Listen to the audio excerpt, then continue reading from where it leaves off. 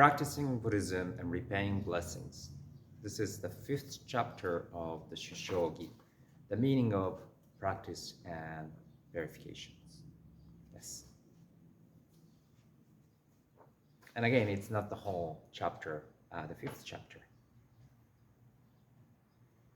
So I'll just share one part of it. Oh.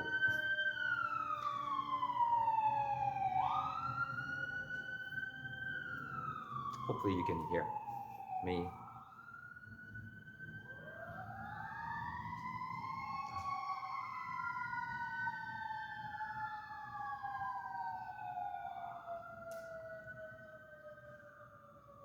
That we are now able to see the Buddha and hear the Dharma is due to the blessings that have come to us through the practice of every one of the Buddhas and ancestors. If the Buddhas and ancestors have not directly transmitted the Dharma, how could it have reached us today? We should be grateful for the blessings of even a single phrase. We should be grateful for the blessings of even a single Dharma.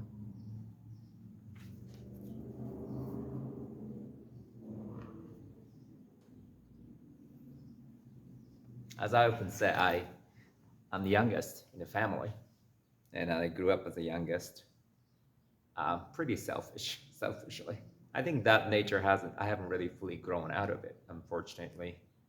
But that's because of that, I can see also those people, I guess especially in North America, who we think about, those people who together we think about ancestors in India and China and Japan, Taiwan, Vietnam, all these teachers in all other Asian countries.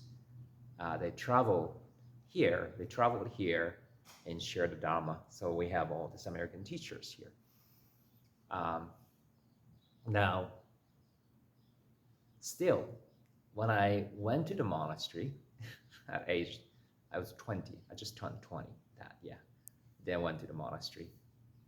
And then I keep hearing the names that I have just no idea who they were. And then trying to be grateful wasn't that easy. Maybe you can learn about them through the history books of Soto Zen.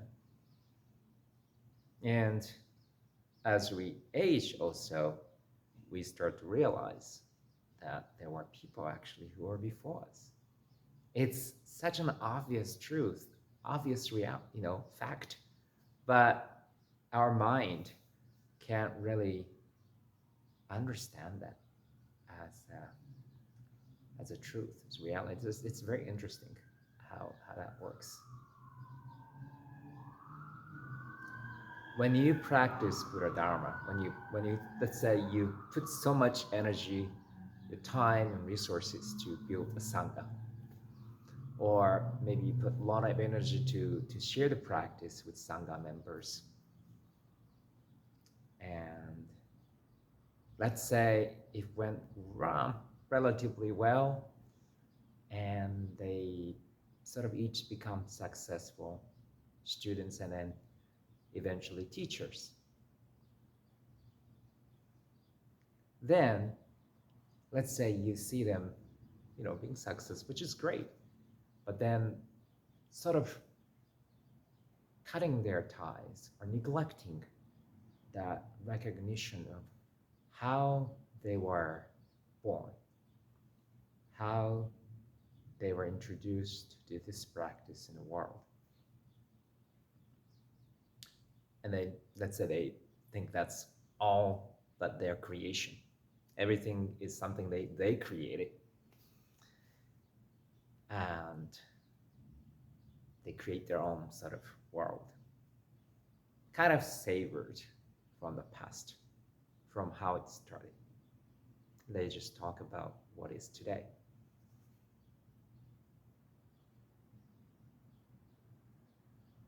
When I look at this particular part of the history in North American Soto Zen, there are sort of newer generations maybe if it's not majority of them, there's some of them checking out how their sanghas, their teachers were connected to the source, the origins. And I believe that must have happened in Japan, wanting to find out, right? Dogen went all the way to China. I do wonder if he had made an effort to go all the way to India, or where all the way to the source, if that option was available. Um,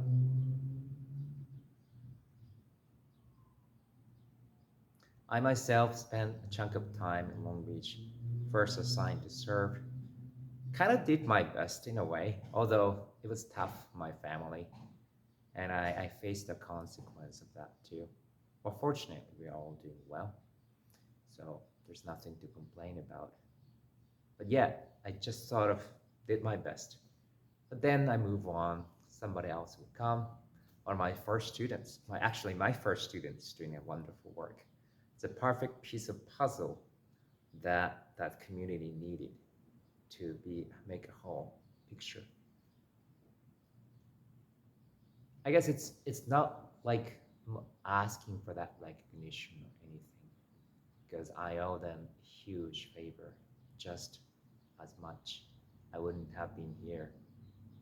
I would not be a U.S. citizen if they had not been there. I don't know what kind of future was waiting for me if they weren't open, graciously accepting me. That's close to 10 years ago now. Each segment of the whole history, all the Kaikyoshi missionaries, people who were sent over here, and their teachers and their teachers and teachers. And then when I think about it, this is still a small portion of the entire history. How the Buddhism traveled through China, through East Asia, and came to this particular point.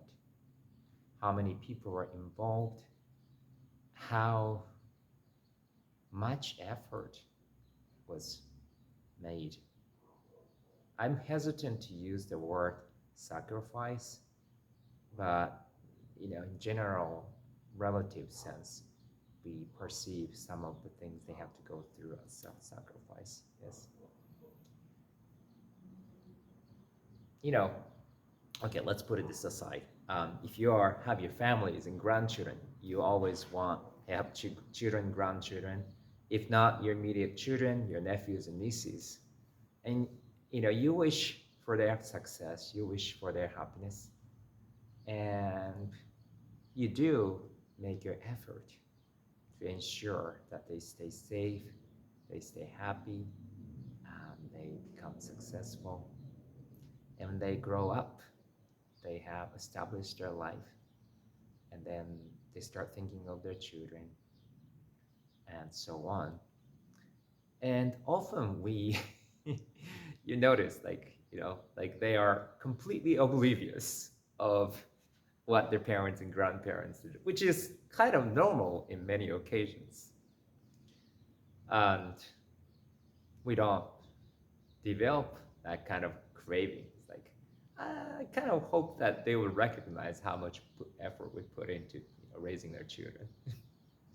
But no, they stay kind of oblivious and they move on. And then same thing repeats. So in Japan, maybe it's universally we say, only when we have our own kids and then go through the whole parenthood, we realize how much our parents were working for us, how much effort grandparents put into raising their children and grandchildren. It's just a universal thing, I think. But that happens in this world too. When we have our temples and sanghas and students, we go through everything our ancestors have gone through, even if it's just relatively small compared to the whole weight, the whole history. But it's still, then you realize, oh, have that moment of realization. So the fifth one was the difficult. So the fifth chapter of Shushogi, meaning of practice verification, was the most difficult, to be honest, to really have kind of sink in my mind, because it does take some, I guess, it's just like, as I said, unless you become your parents and grandparents, you don't see that as your own experience.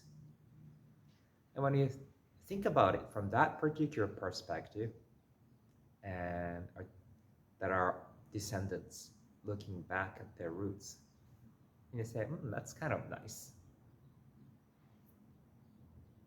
Then you sort of realize as well that they're chanting the sutras in Pali, Sanskrit, Chinese, Japanese.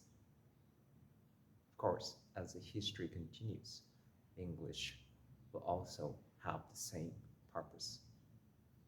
The language, dialects, expressions that makes sense to the parents and grandparents, ancestors, Buddhas and ancestors. Instead of bringing the iPad, bringing the Nintendo Switch,